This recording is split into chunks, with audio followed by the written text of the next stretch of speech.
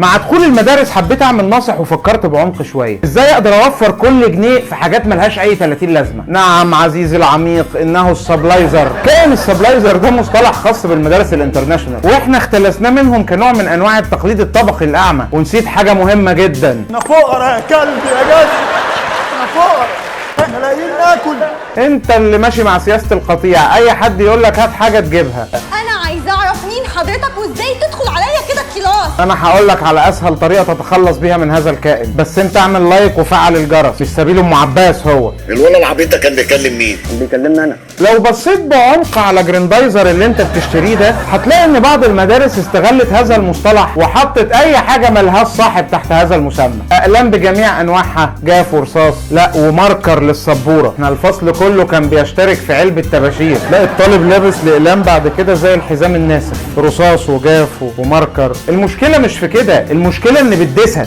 يرضيكوا بقى النسيبه اللي انا وقعت فيها دي؟ خد عندك بقى دم، كحول، معقم يدين، 5 علب مناديل مجففه، 11 علبه مناديل مبلله، 17 كرتونه حاجات مهلهله. ابو قرمط ينادي ابو امك، في ايه؟ اي حاجه ملهاش صاحب حطها تحت الاوكولايزر ولا هتمشي صدقني. تليفون، شجر كليوباترا، بكسويت، اندومي. يعني احنا كنا بنقول اللانش بوكس ده التطور الطبيعي للكيسه بتاعت السندوتشات، لكن احنا دخلنا في مشكله اعمق من كده بكتير. حضرتك في فرخ كرتون، وفي صلصال مقص وقطر، وفي ورق كانسون وسكتشات والوان جواش والوان ميه وهتعوم. حسستونا انا يابا.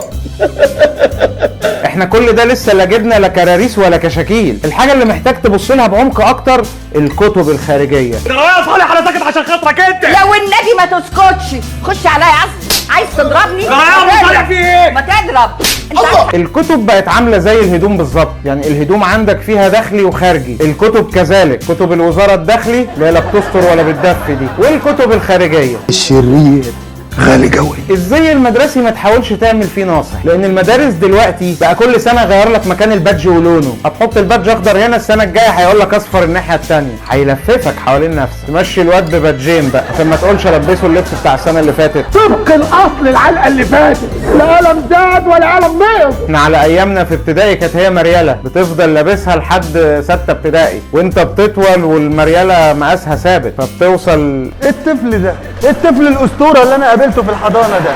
كل السبلايزر ده هي مقلمه، مش محتاج تجيب اوكولايزر. ده اللي كان بيبقى معاه برايه كان بيبري للفصل كله. بريه يا اخي، بريه يلا على ما تبريه يا اخي.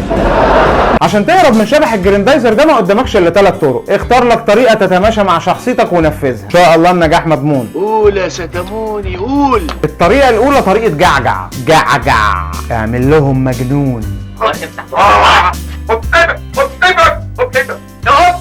علامات من التوتر، تستحضر صوت غريب مع التبريئه والتشنيجه.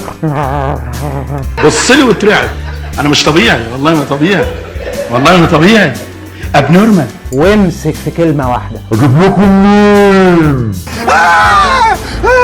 هو غالبا اول ما المدير بيسمع كلمه اجيب لكم منين بيصنف الحاله، وبتنجح بنسبه 35%. لو الطريقه دي مش متماشيه معاك خد الطريقه الثانيه، طريقه انا بجري على كم لحم صعب وتشحت. ما حدش فيكم خسر قد انا كنت هانم، انا كنت ملكه. وعلى الرغم من بساطه هذه الطريقه ووضعتها في نفس ذات اللحظه، الا انها بتنجح بنفس النسبه 35%. الطريقه الثالثه واللي اثبتت نجاح بجداره، اي حد يقول لك هات اوكولايزر قول له يا سلام حاضر من عينيا وافتح الهويس. تفوت ايام واسابيع، يا سلام من عينيا. يجيبوا لك استدعاء ولي امر، يطلبوك للفار ولا تسال. حلاوتك يابا، حلاوة امك. اعصابك في ثلاجه، يا سلام حاضر من عينيا. هوب يا معلم السنه خلصت وبالسلامه وما لبستش الاوكولايزر. يا سلام، سلم على مخك البلالان.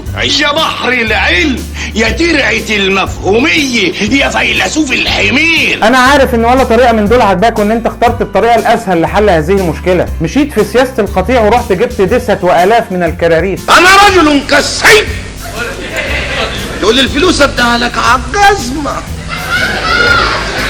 بشوف اولياء الامور في الشارع ماشيين بيكلموا نفسهم بعرفهم، ده خبطه كتب خارجيه، ده خبطه ملابس داخليه، ده خبطه سبلايزر في النمليه. حس بيا، حس بيك ربنا. الله يعينك. الواد مش اقل من صحابه اللي معاه في المدرسه، والتعليم في الصغر كان نقش على الحجر، والضرب في البشر كان انت محسسني ان انت مش ابنك على فكره.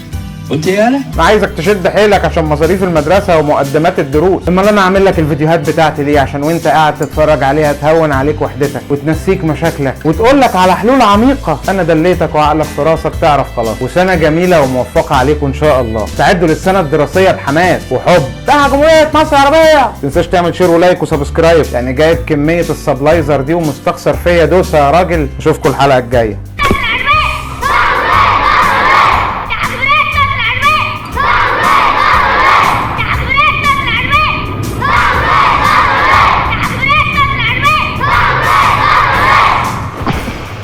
يا عم ما كلنا بنحب مصر، ما بنعملش كده ليه بس؟